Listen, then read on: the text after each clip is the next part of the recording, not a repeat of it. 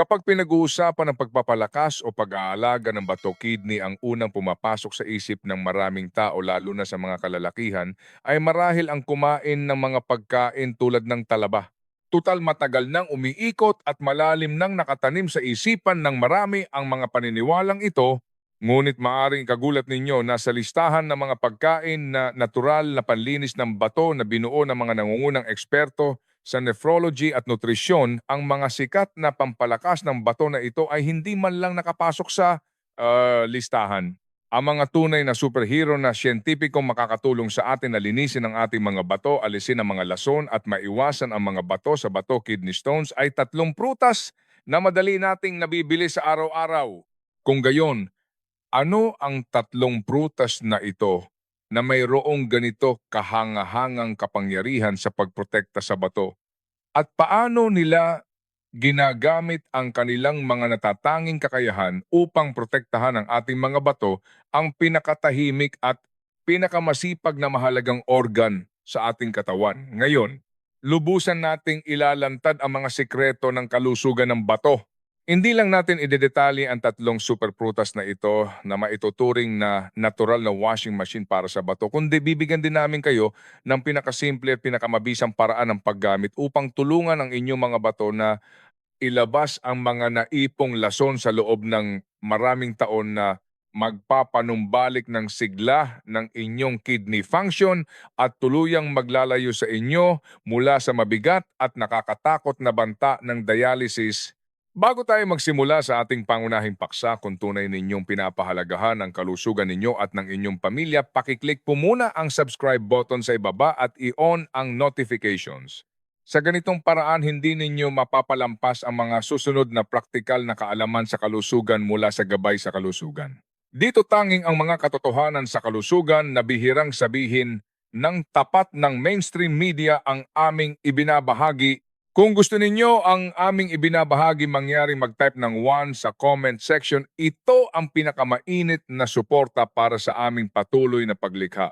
Kung kayo o ang inyong pamilya ay nakakaranas ng mga kaugnay na issue, malugod din kayong inaanyayahang mag-iwan ng komento at gagawin ko ang lahat ng aking makakaya upang sagutin kayo. Sige, opisyal na nating simulan ang ating paglalakbay sa kalusugan ngayon. Una sa lahat, kailangan nating malalim na maunawaan kung gaano kahalaga ang ating mga bato sa ating buhay. Isipin ninyo ito bilang isang napakahusay at sopistikadong super filtration factory sa loob ng ating katawan na nagsisilbing Central Water and Power Dispatch Center. Ang pabrikang ito ay nagpapatakbo 24 oras sa isang araw, walang tigil upang salain at linisin ang lahat ng dugo sa ating buong katawan na umaabot sa halos 200 litro. Ito ay katumbas ng 10 malalaking galon ng tubig na ginagamit sa mga water dispenser. Maingat nitong hinihiwalay ang mga dumi mula sa metabolismo, mga lason na nakakain natin at sobrang tubig mula sa dugo. Ikinukumpol ang mga ito upang maging ihi at inilalabas sa katawan. Pagkatapos ibinabalik nito ang sobrang linis na dugo sa bawat selula at sulok ng ating katawan upang magbigay buhay. Kasabay nito, bilang isang dispatch center, responsable rin ito sa pag-regulate ng ating presyon ng dugo upang matiyak na ito ay matatag. Kailangan nitong tumpak na balansehin ang mga electrolytes tulad ng potassium at calcium sa ating katawan upang maiwasan ang kaguluhan sa sistema. Naglalabas din ito ng mahalagang hormones upang pasiglahin ang ating bone marrow na gumawa ng mga sariwang red blood cells upang maiwasan ang anemia. Masasabi na ang kalagayan ng kalusugan ng ating mga bato ay direktang tumutukoy sa kalidad at haba ng ating buhay. Sa pagkakaroon ng isang pares ng malusog na bato, magkakaroon tayo ng sapat na enerhiya, matatag na presyon ng dugo, at isang malinis na panloob na kapaligiran. Ngunit ang pinakanakakatakot at pinakamahirap na bahagi ay narito: ang mga bato ay sobrang matiisin. Ito ay isang napakatahimik at masipag na organ. Ang National Kidney Foundation ng Amerika ay naglabas ng isang nakakagulat na ulat na nagsasabing hanggang 87% ng mga pasyenteng may chronic kidney disease sa maagang yugto kung saan mayroon ng malinaw at hindi na maibabalik na pinsala sa kanilang kidney function ay hindi nakakaramdam ng anumang malinaw na hudyat ng problema. Maaaring normal silang kumakain, natutulog, nagtatrabaho at nag-eehersisyo na walang kamalay-malay na ang mga linya ng produksyon sa loob ng filtration factory ng kanilang katawan ay isa-isang kinakalawang humihinto at papalapit na sa isang mapaminsalang pagguho. Pagsapit ng panahon na lumabas na ang mga sintomas tulad ng pagkapagod, pamamanas ng talukap ng mata, pananakit ng baywang, madalas na pag-ihi sa gabi, at maging pagduduwal at pagsusuka kadalasan ay nangangahulugan ito na nawala na ang 70% o higit pa ng kanilang kidney function at umabot na sila sa gitna hanggang huling yugto o kahit na end stage. Sa yugtong iyon, mahigit sa kalahati ng mga tao ay kailangang dumaan sa masakit at nakakadismayang landas ng pagpunta sa ospital 3 beses sa isang linggo para sa hemodialysis o maghintay para sa isang kidney transplant.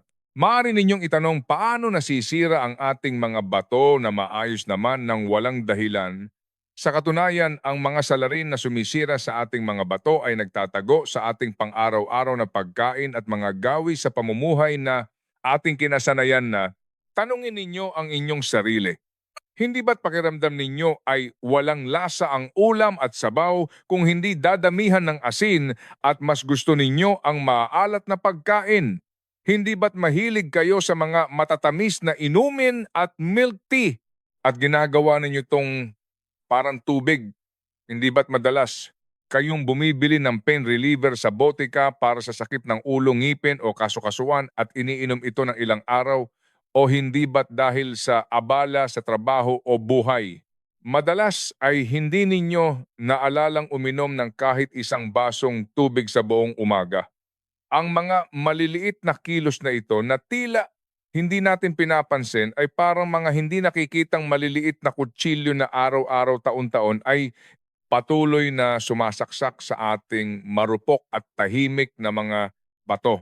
Ang diyeta na mataas sa asin ay labis na nagpapabigat sa trabaho ng pagsasala ng mga bato at nagdudulot ng pagtaas ng presyon ng dugo, at ang alta presyon ay kinikilalang numero 1 mamamatay tao ng bato.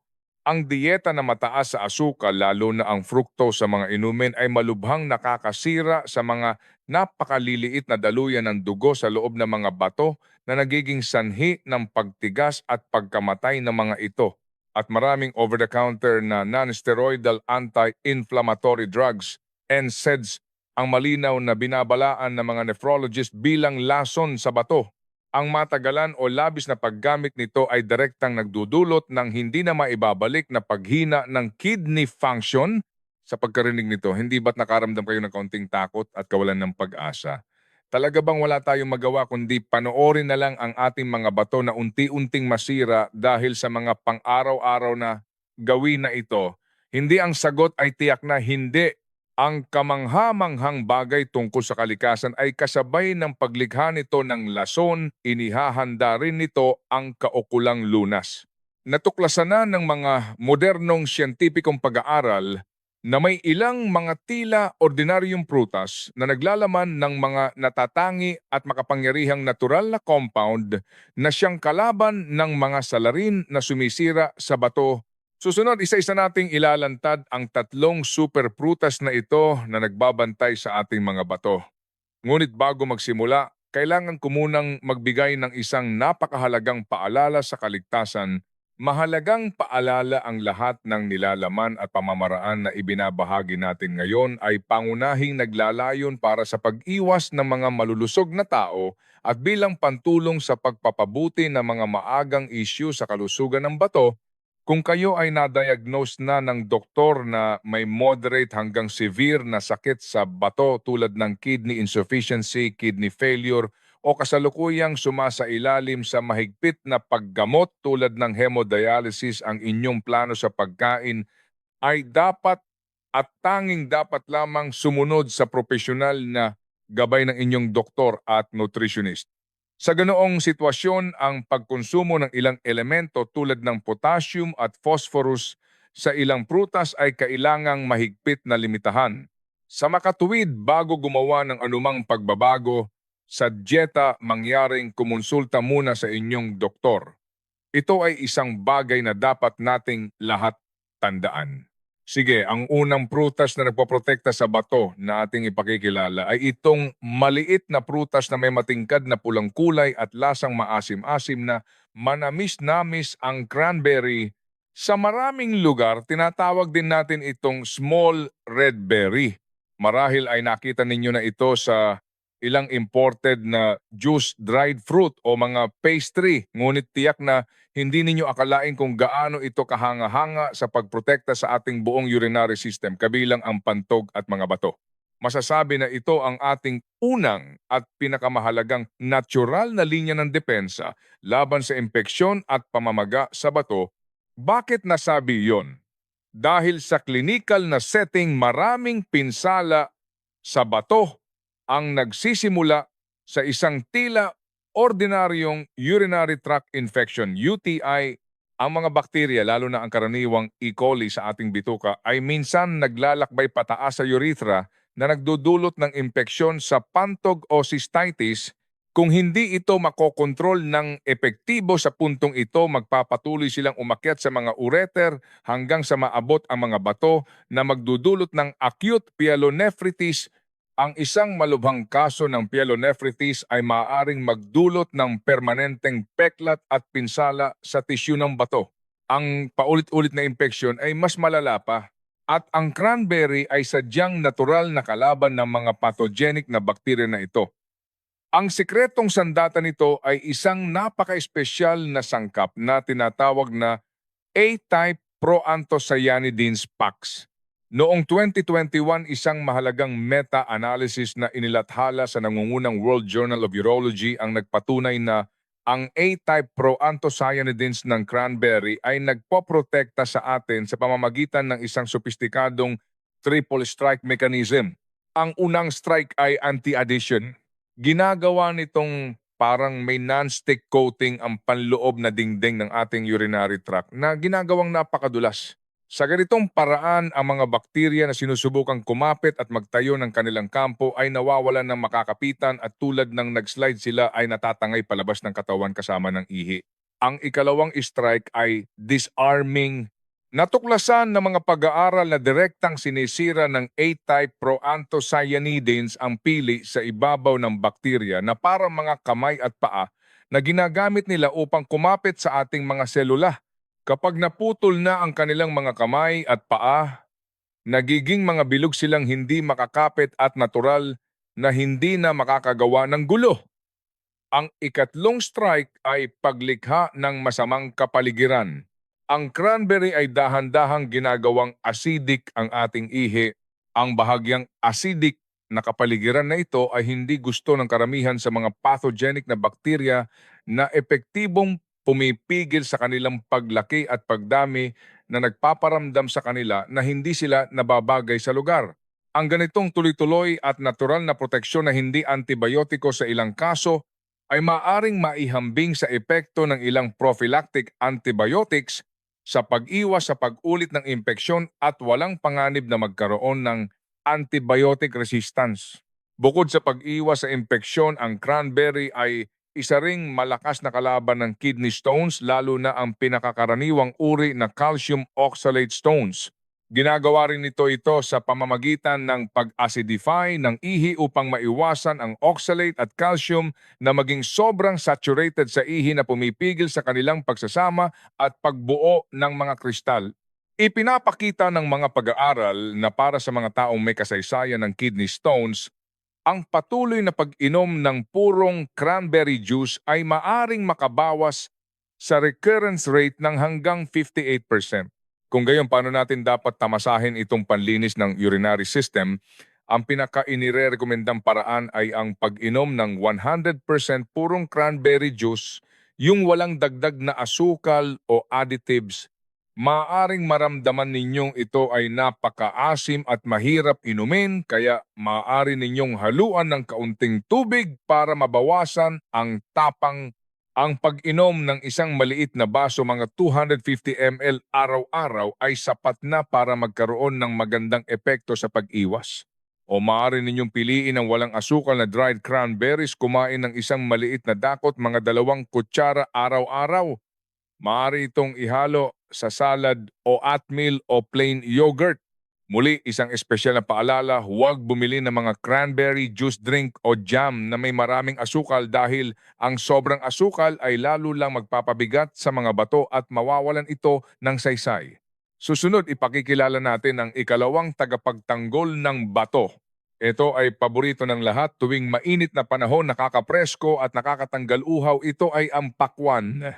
Maraming tao ang nag-aakala na ang tanging benepisyo ng pakwan ay ang mataas na water content nito na nakakatanggal uhaw. Kailangang baguhin ang pananaw na ito. Ang pakwan ay sa katunayan isa sa pinakamahusay na natural na detoxifier at vasodilator sa ating katawan. Una, mahigit 90% ng pakwan ay tubig na ginagawa itong isang napakahusay na natural na diuretic. Ang pagkain ng pakwan ay tumutulong sa ating katawan na gumawa ng mas maraming ihi na parang isang banayad ngunit masusing paghuhuga sa ating buong kidney at urinary system. Epektibo nitong tinatangay palabas ang mga dumi mula sa metabolismo mga lason at kahit na ang mga bagong nabuong maliliit na kristal ng bato na lubos na nagpapabawas sa bigat ng trabaho ng bato sa pag-detoxify, ngunit hindi pa ito ang pinakamagaling na katangian ng pakwan. Ang tunay nitong alas ay isang espesyal na amino acid na tinatawag na citrulline. Mula sa pangalan pa lang alam na nating sagana ito sa pakwan. Ginagawang arginine ng ating katawan ang citrulline na ating kinakain at ang arginine ay isang napakahalagang sangkap para sa paggawa ng nitric oxide sa ating katawan. Ano ang nitric oxide? Ito ay ang natural na vasodilator ng ating mga daluyan ng dugo. Pinaparelax nito ang mga selula sa dingding ng ating mga blood vessel, pinapataas ang pagiging elastic ng mga ito at pinalalawak ang daluyan ng dugo. Ito ay napakahalaga para sa mga bato na puno ng milyon-milyong maliliit na daluyan ng dugo dahil ang trabaho ng pagsasala ng bato ay lubos na nakadepende sa sapat na supply ng dugo. Kung maluwag ang mga daluyan ng dugo at sapat ang daloy nito, makakatanggap ang mga bato ng sapat na oxygen at sustansya at natural na magiging mataas ang kanilang kahusayan. Sa kabaligtaran, kung ang mga daluyan ng dugo ay tumigas at kumipot dahil sa alta presyon, ang mga bato ay magkakaroon ng matagalang kakulangan sa dugo at oxygen at ang kanilang function ay hindi maiiwasang unti-unting humina. Ipinakita ng data na inilathala sa isang autoritatibong journal ng cardiovascular at metabolic medicine na ang pagdaragdag ng citrulline ay maaaring epektibong mapabuti ang kakayahan ng ating mga daluyan ng dugo na mag-dilate. Ito ay parang pagpapalit ng luma at kinakalawang na tubo ng tubig sa inyong bahay ng isang bago mas malaki at mas elastic na tubo kaya't ang daloy ng tubig ay magiging napakakinis. Siyempre may mga kaibigan na mag-aalala.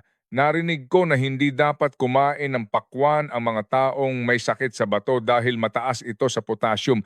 Totoo po ba ito? Ito ay isang karaniwang maling akala na kailangang linawin.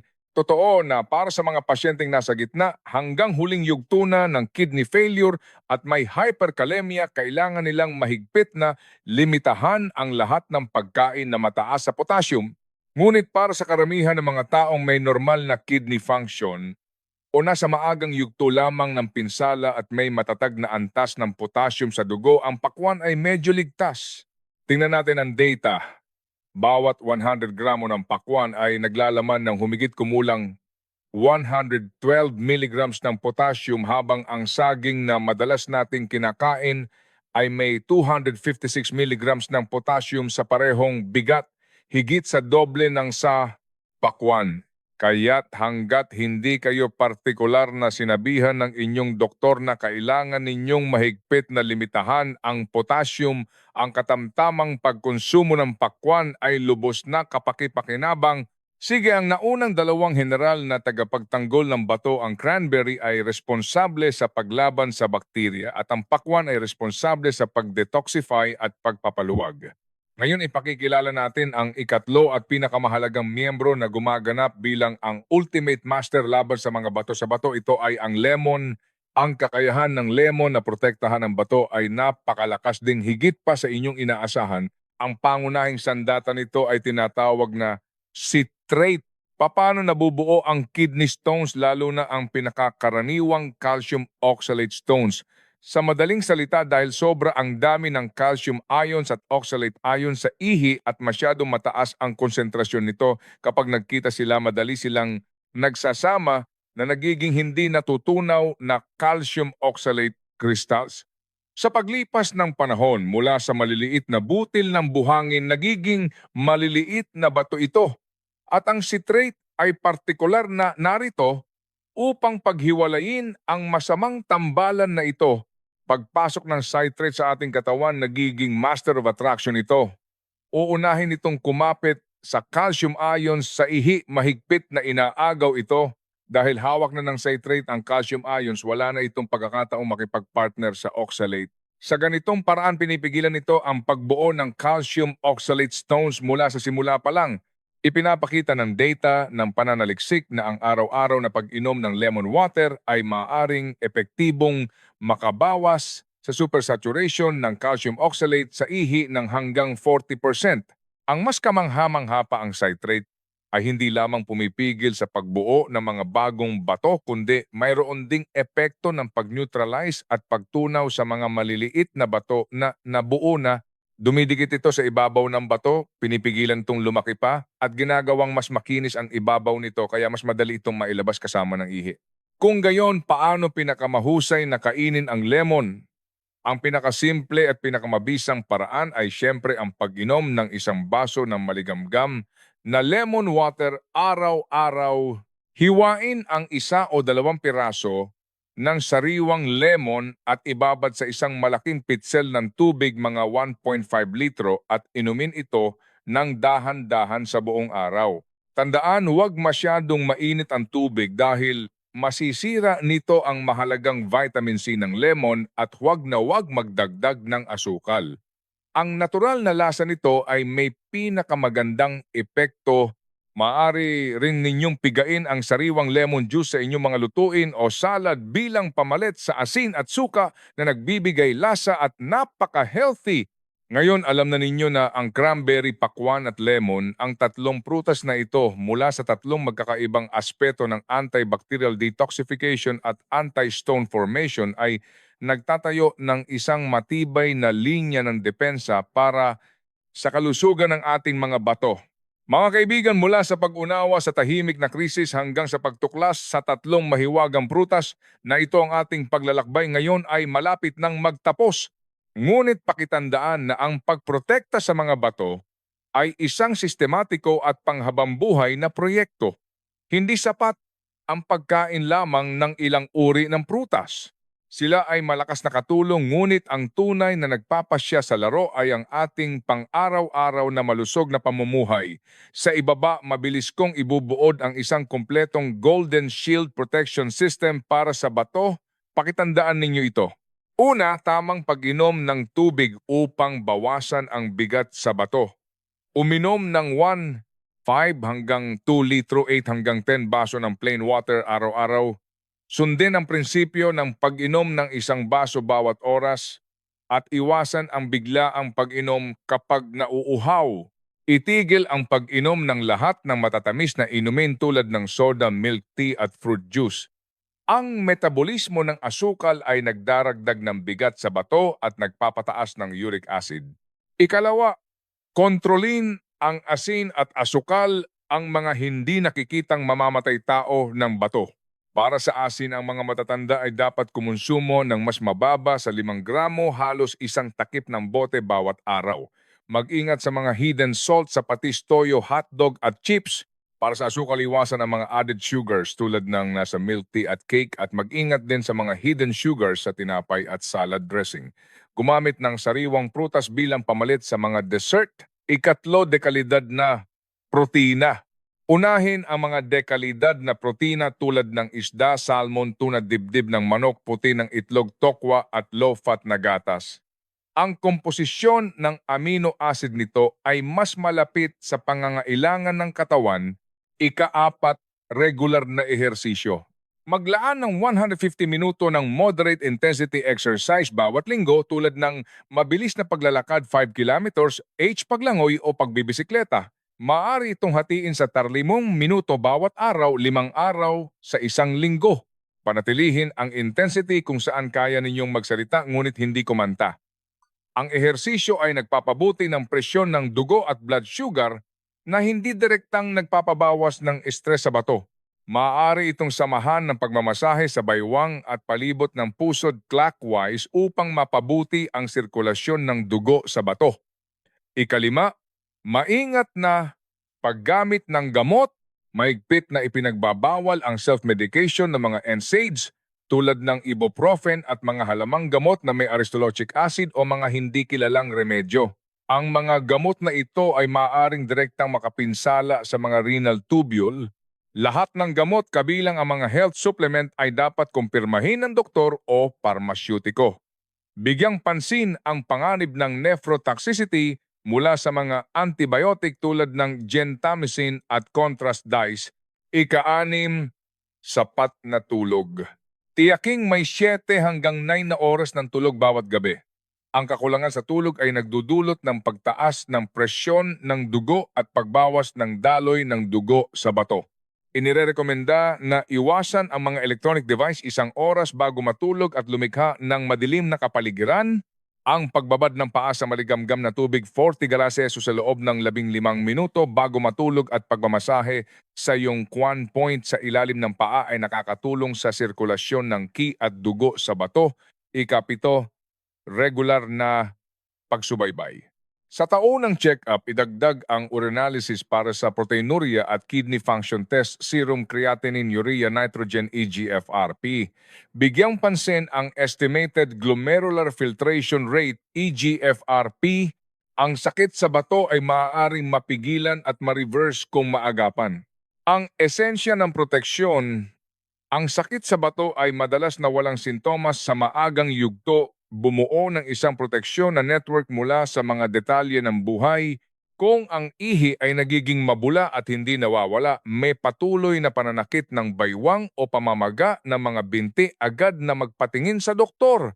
Ang pagsunod sa sistemang ito ay makabuluhang nagpapababa sa panganib ng sakit sa bato at nagpoprotekta sa panghabang buhay na operasyon ng filtration factory ng ating katawan. Magsimula ngayon na protektahan ang inyong mga bato. Napakasimple lang magsimula sa isang baso ng walang asukal na cranberry juice, isang hiwa ng pakwan o isang baso ng maligamgam na lemon water. Isama ang mga natural na pagkain ito sa malusog na pamumuhay na katututunan ninyo lang at unti-unting buuin ng isang golden shield para sa inyong mga bato. Sige, hanggang dito na lang ang video natin ngayon. Kung sa tingin ninyo ay nakatulong ang nilalaman ngayon, paki-like po ito at ibahagi sa inyong mga mahal sa buhay na maaaring nahaharap sa mga issue sa bato. Kung nais ninyong makakuha ng mas maraming siyentipikong napatunayan, makatwiran at praktikal na payo sa kalusugan, mangyaring mag-subscribe sa channel na ito, ang Gabay sa Kalusugan. Sa ganitong paraan, hindi ninyo mapapalampas ang mas maraming kapakipakinabang na kaalaman sa kalusugan. Inaanyayahan ko rin kayong ibahagi ang inyong mga pagsubok at pagbabago sa comment section. Bawat pagbabahagi ninyo ay maaaring magbigay liwanag ng pag-asa para sa ibang kaibigan. Hanggang sa susunod na video.